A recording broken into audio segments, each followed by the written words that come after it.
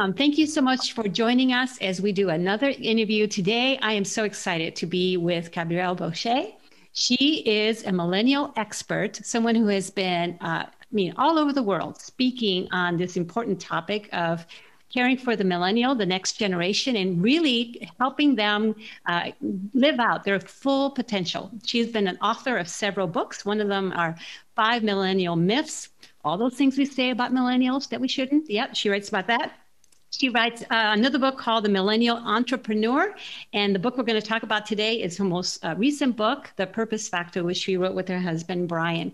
Now, she has been on TEDx. She is highly sought. And so I am just thrilled that she's taken some time to be with us. So pay attention to what she has to say. I think she has some great things. So Gabrielle, welcome. Thank you for this time.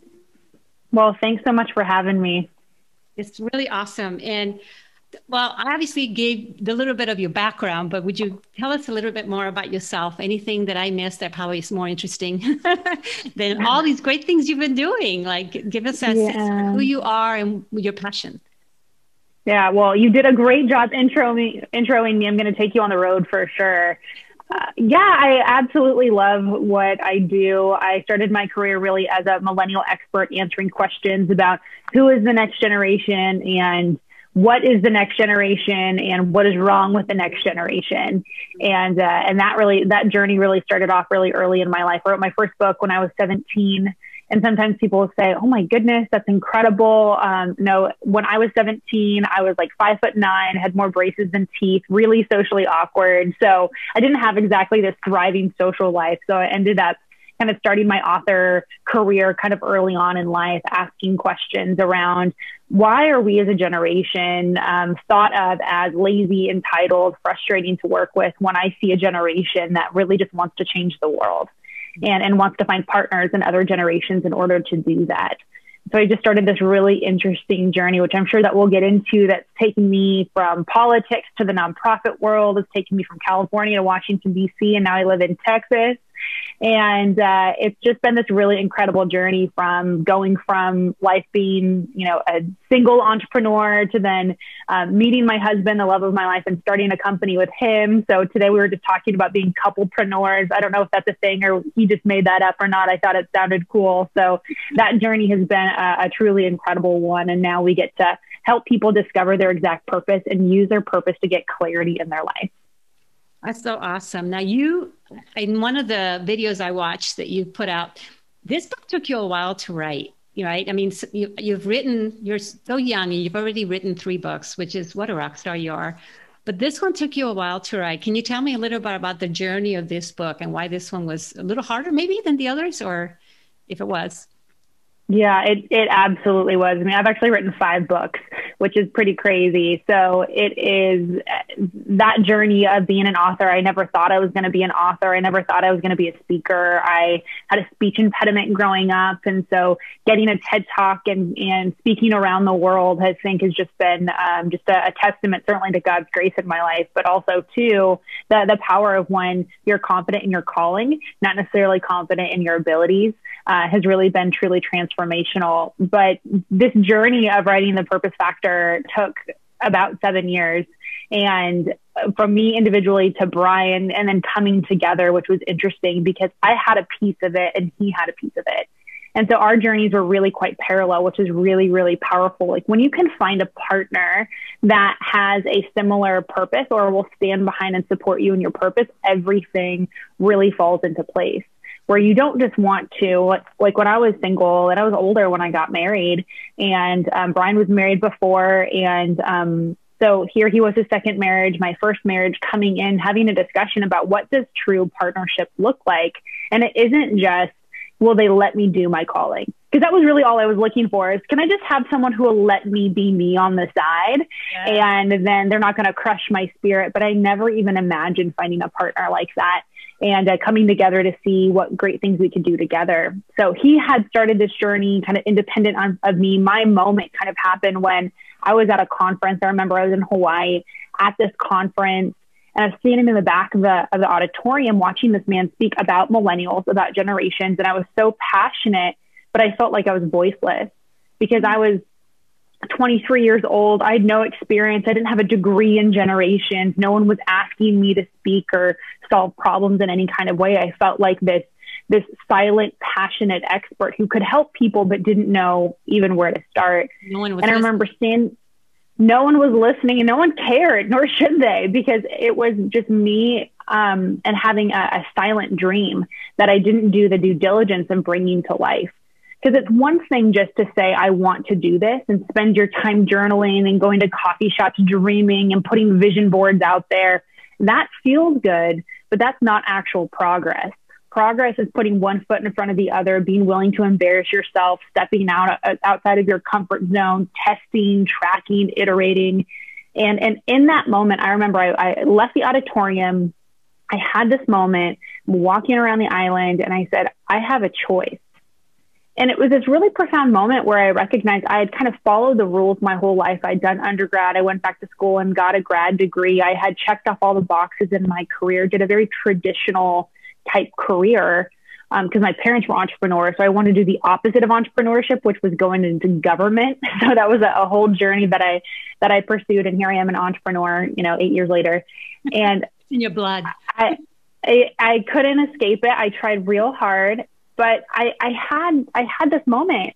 And when I recognized I had a choice in how my life was going to turn out, and I couldn't have this princess in a castle mindset that I think sometimes we have, especially when we're younger. Like our Yoda is going to come and show up and tell us exactly what we need to do, or the funding is going to come through, or you're going to meet someone on a plane who sees your talent and makes you famous. I had this impression of that's how things happened, and it isn't, because I wasn't being a good steward of what I had inside of me. And so I left that conference. I recognized I had a choice and it was my life and I was going to have to live it. And then I recognized, and this is really my piece of the puzzle, was that my purpose inside of me was the permission that I needed. I had been looking for permission from my parents. I had been looking for permission from my friends, my colleagues, from certifications from the outside world to say, Gabrielle, you can do this.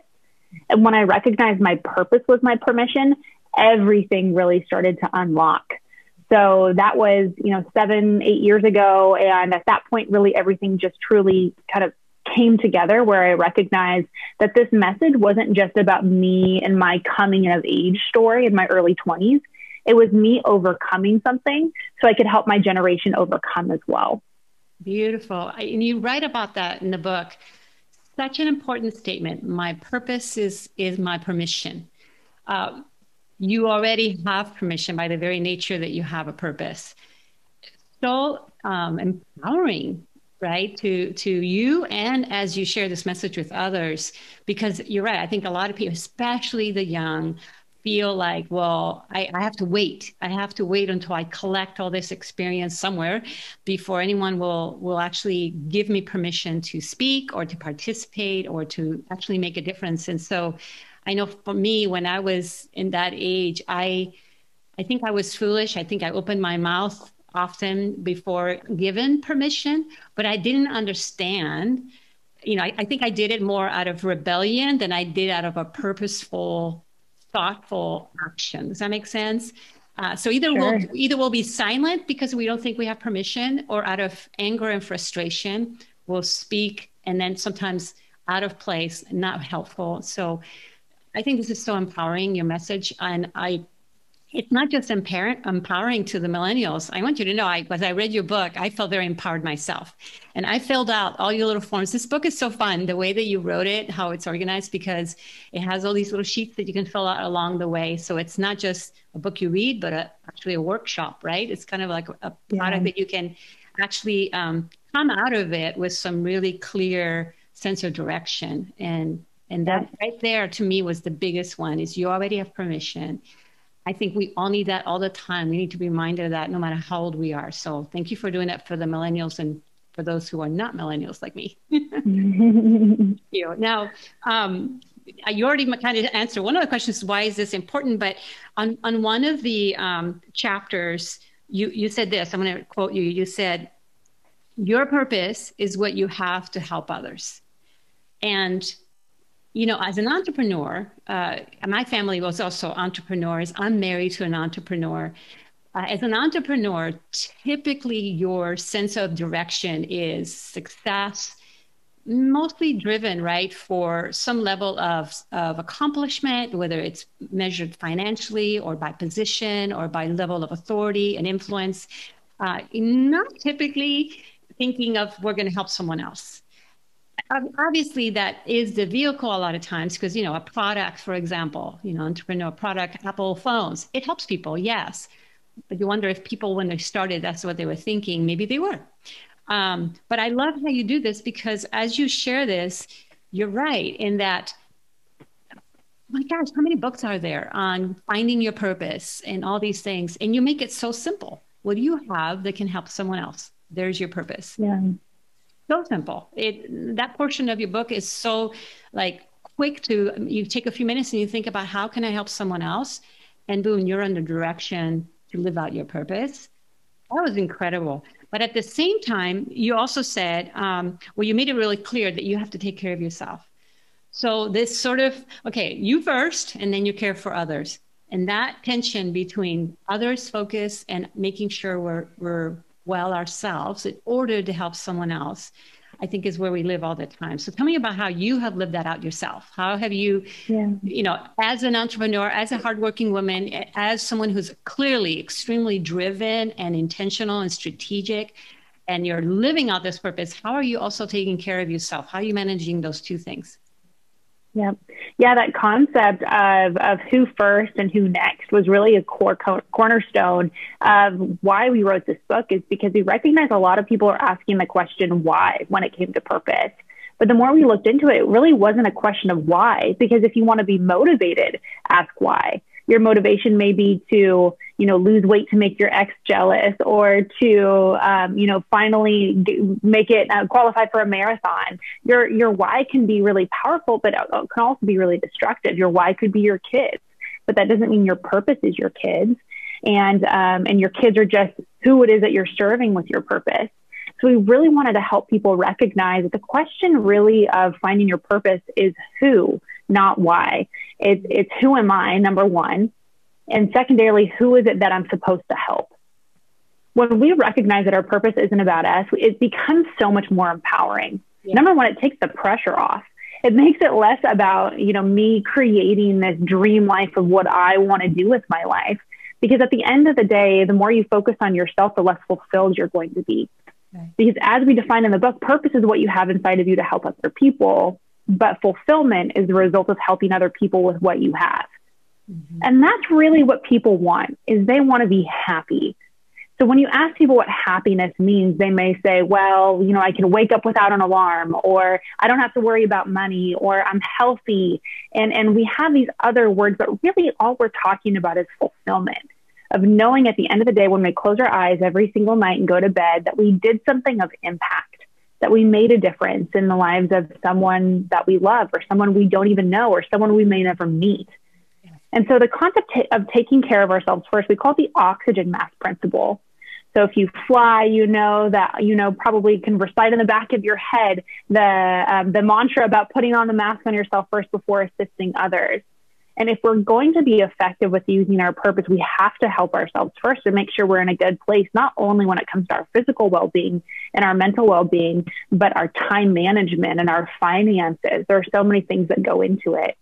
And so personally, I'm spending a lot of my time, especially during quarantine, where we had this giant gift. A lot of people went into quarantine seen as a crisis. Brian and I really took the mindset of this is a gift, and how do we focus on ourselves? And so we really spent a lot of our time knowing that things are going to change, and they could change rather quickly. Maybe they could change slowly, but we want to be ready for it.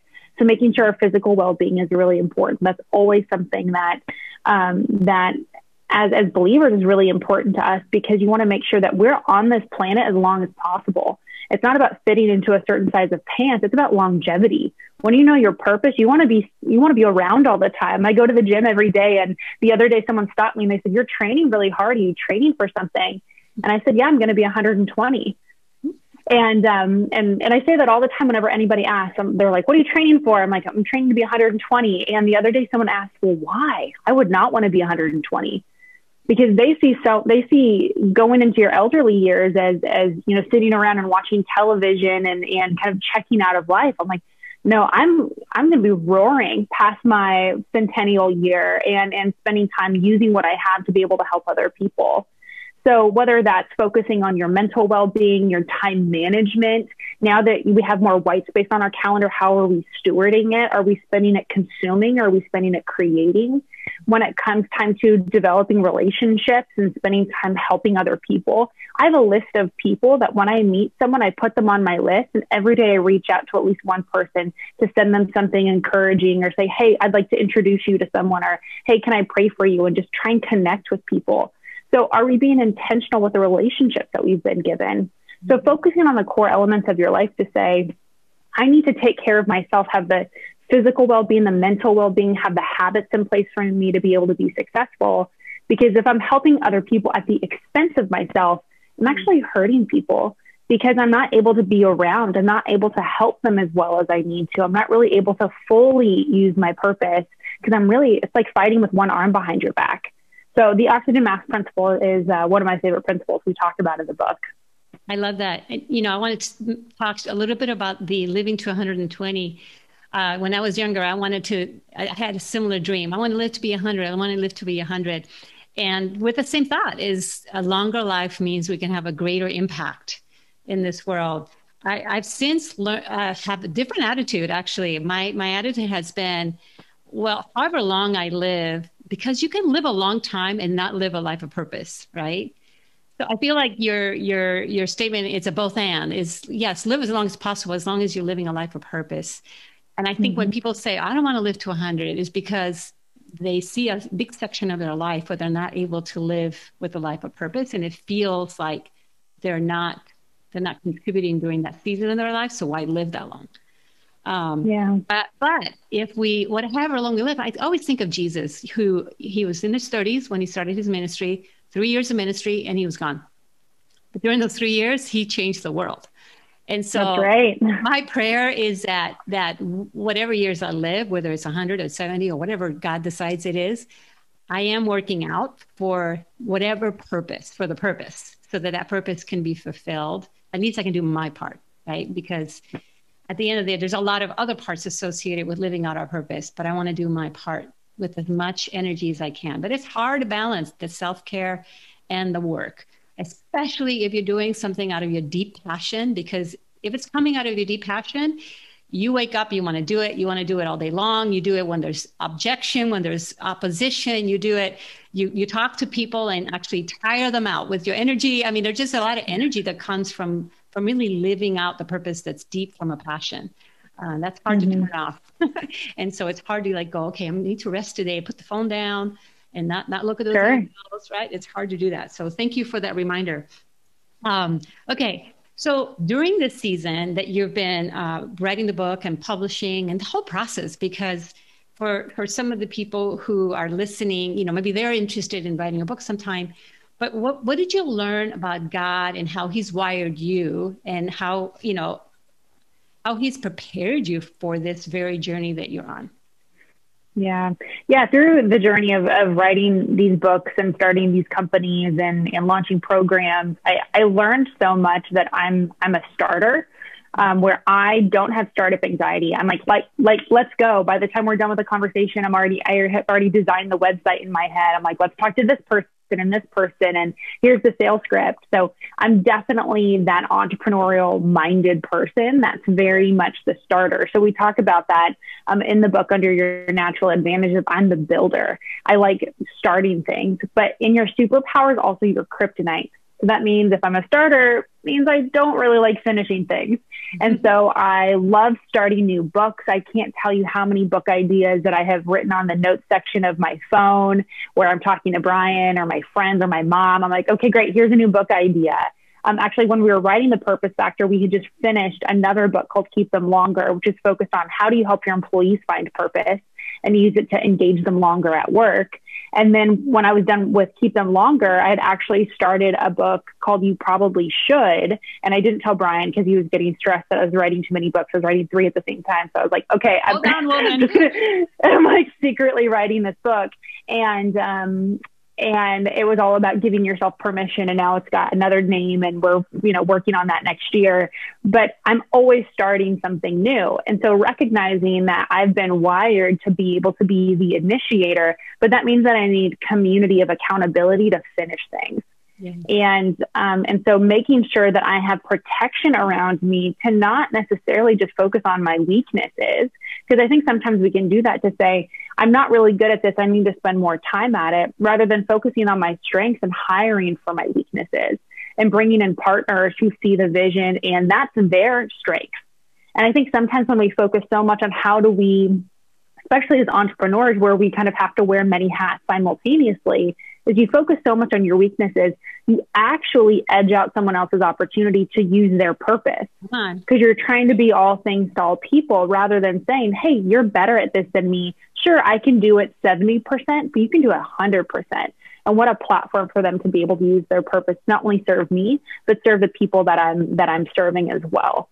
So I've learned so much about partnership because I was raised in a very bootstrap it, figure it all out. Don't let them see you cry. Don't admit you don't know what you're doing kind of mindset. And after years, and I think part of that too is as you get older, when you're younger, you have to, I hate the fake it till you make it. There's that mindset you have when you're young of put on airs like you're the expert, even if you're terrified inside. And there's a difference there. It's not admitting that you have no idea. Like, you don't want your surgeon to say, this is my first surgery, but he always has his first surgery, right? So you call yourself an expert. And I tell this to people all the time. You call yourself an expert, not for yourself and your ego, but for the confidence of the people that you're helping, because you want the surgeon who says, I'm the expert in this, even if it is the first, because you want someone who's confident in their ability to help. So that's really all expertise is knowing more about a subject than anybody else in the room. Not anybody else in the world, but anybody else in the room. That room could be an elevator. I don't care how big the room is. If you know more than anybody else, then you're an expert. And there are really two different types of experts. I think you'd kind of mentioned this at the front end. There's the experience-based expert that says, I'm the expert because I've done it. So I'm the expert. I went and I've hiked Kilimanjaro 7 times, and I'll help you be able to do it, navigate the road, show you how to pack, what to do, when to do it. And then there are the empirical experts. And empirical experts are the studiers, or the researchers who said, I haven't done it, but these 7 other experts have. Here's what they all have in common. And so the highest paid experts are both. They're experiential and empirical. But especially if you're young, if you can't get the experience, become the empirical expert. That's where I started, where I became the millennial expert, not only because certainly I was a millennial, but no one had hired me to come in with solutions. And so I started studying what all the other experts had done and create a consolidated resource for people to say, here's the solution that will work for you. If you don't have time to do all of this, I'm going to share with you, here's what they all have in common. And so finding those connection points made me the expert from that empirical perspective when I didn't have the experience to call myself an expert. That's wonderful. It also kind of explains how you were able to get started so soon, because you don't have to wait, right? And I also see a thread in what you just said with that clarity to you're doing this to help someone else. So I think when your heart is to help someone, then you look for ways to help them. So if you think, okay, I can't help you from my experience, but I'm going to go find other resources that I know will help you. But again, that almost becomes a natural thing. It's like, you're going to help someone. Let's say someone falls down and you have to help them get up, but you don't have the physical strength. No one has to tell you, go find someone who's stronger. It's almost like an instinct. You're going to go find someone who's stronger to help you get this person up. I think it's a similar way. If you want to help someone, you may not have the experience or whatever, the strength to actually accomplish it. You're going to look for others to help. So that clarity of purpose, of what your purpose is, that you're here to help someone else, I think gets rid of a lot of things, including that sense of like, I can't do it because I don't have the experience. So that's awesome. And that actually answered my question, because I was going to ask, what does it mean to be a millennial expert? Now, you just told me how you became one, but give me a sense. I know you've spoken to corporations and helped them really bridge the gap between generations. I know it's part of what you've done in the past, but is there anything else you want to tell us about being a millennial expert? Yeah, I started even my journey of my company by standing in the fact that I was an expert, even when I didn't feel like it, even though I'd never been paid for my expertise. And I always remember I was at a networking event in Washington, D.C., and this woman turned around and she asked me what I did. And it's called the DC handshake. In DC, it's all, who are you and what do you do and how can you help me? So I said at the time exactly. So at the time I was a fundraiser for a nonprofit, and I'm not being humble when I'm telling you that I was a terrible fundraiser. I was a fundraiser who was like, if you want to give, you can, that's totally fine. If you don't want to, I'm not offended. It's probably a good idea. I was just the worst fundraiser ever. It was like a suggestion more than an ask. And so I'm at this networking event, and instead of saying what I did for a living, I said who I was. And so when she asked me, okay, who are you and what do you do? I said, I'm a millennial expert.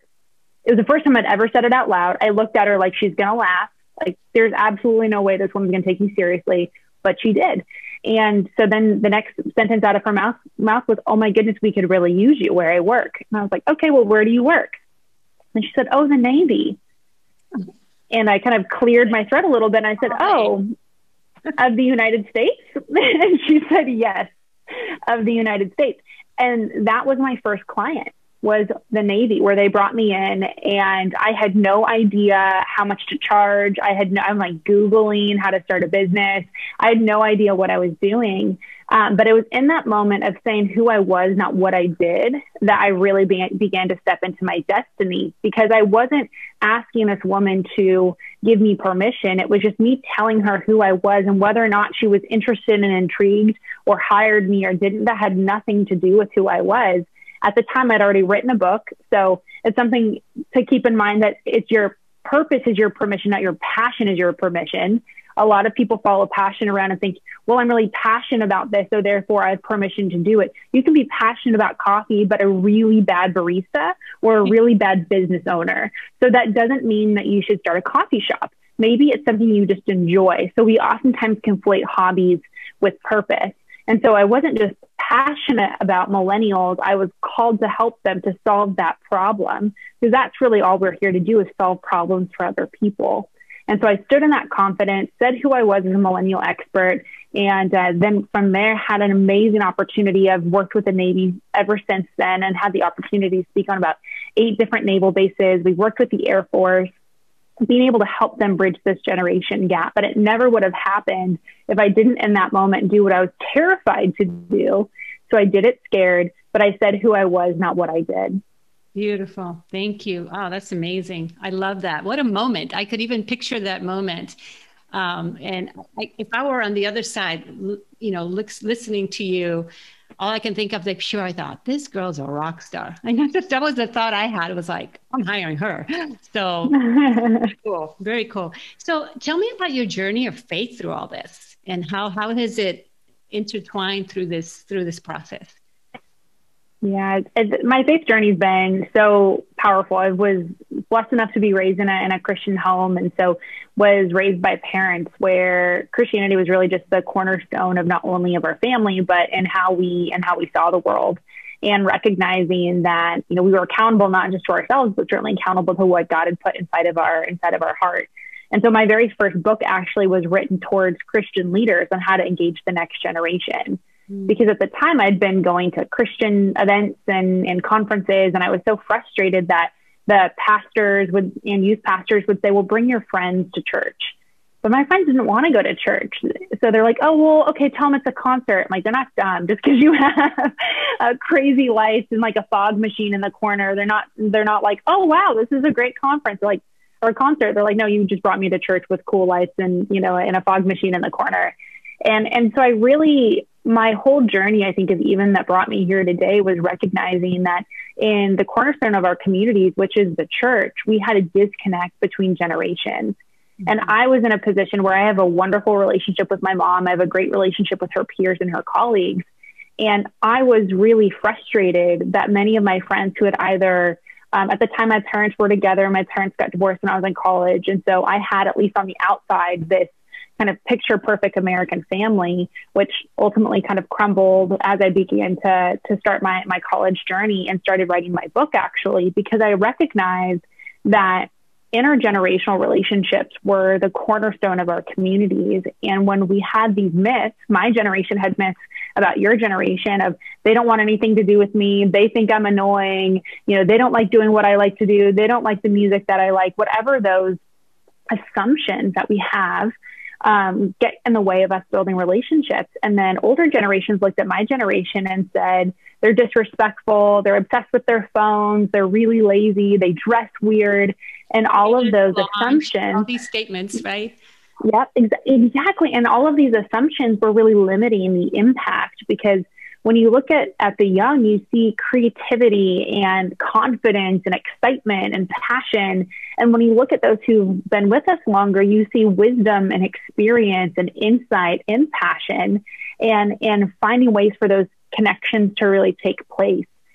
So I started in ministry and in college, and was very involved in kind of bridging that generational gap in the church and in faith-based organizations as I started my college experience, and then certainly after. And so it's been a really amazing journey of now being able to work within community-based organizations and churches, and sitting on boards, helping to continue that conversation about how do we work together as multiple generations, but also too, how do we find our purpose beyond just our faith?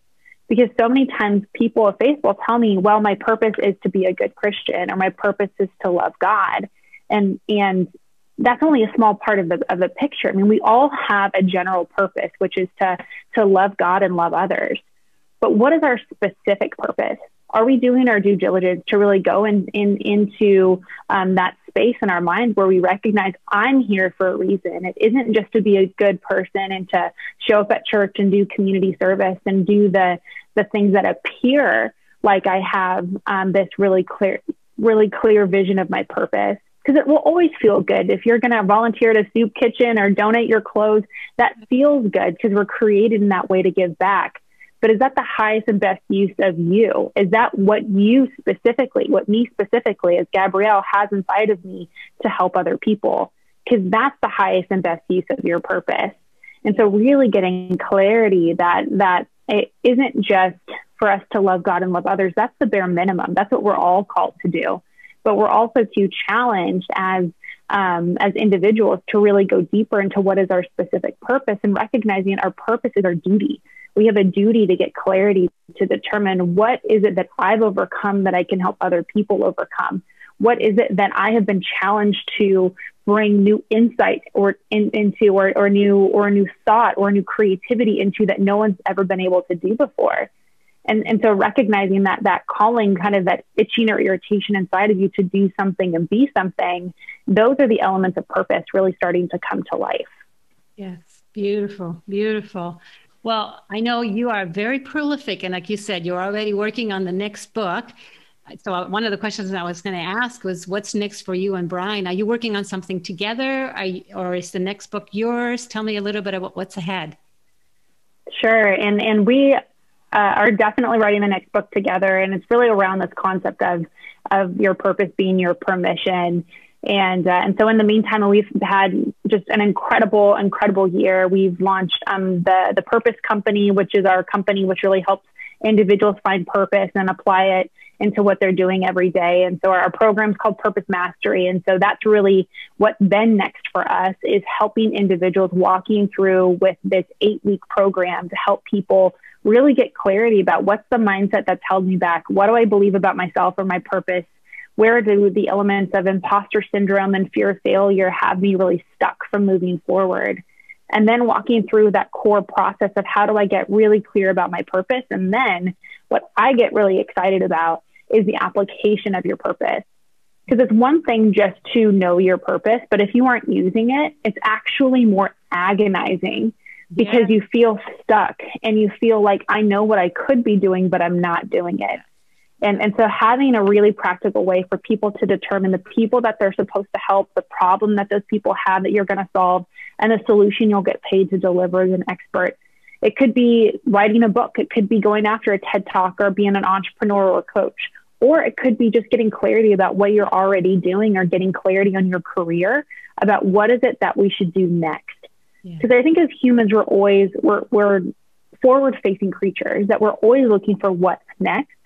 But most of us don't have a decision making paradigm. We don't know how to make decisions. We don't know how to react. We don't know how to navigate the course. We really just kind of wait for things to come to us. We wait for the job offer or the guy to ask us out or the, new opportunity to move into a new home. We don't seek things out.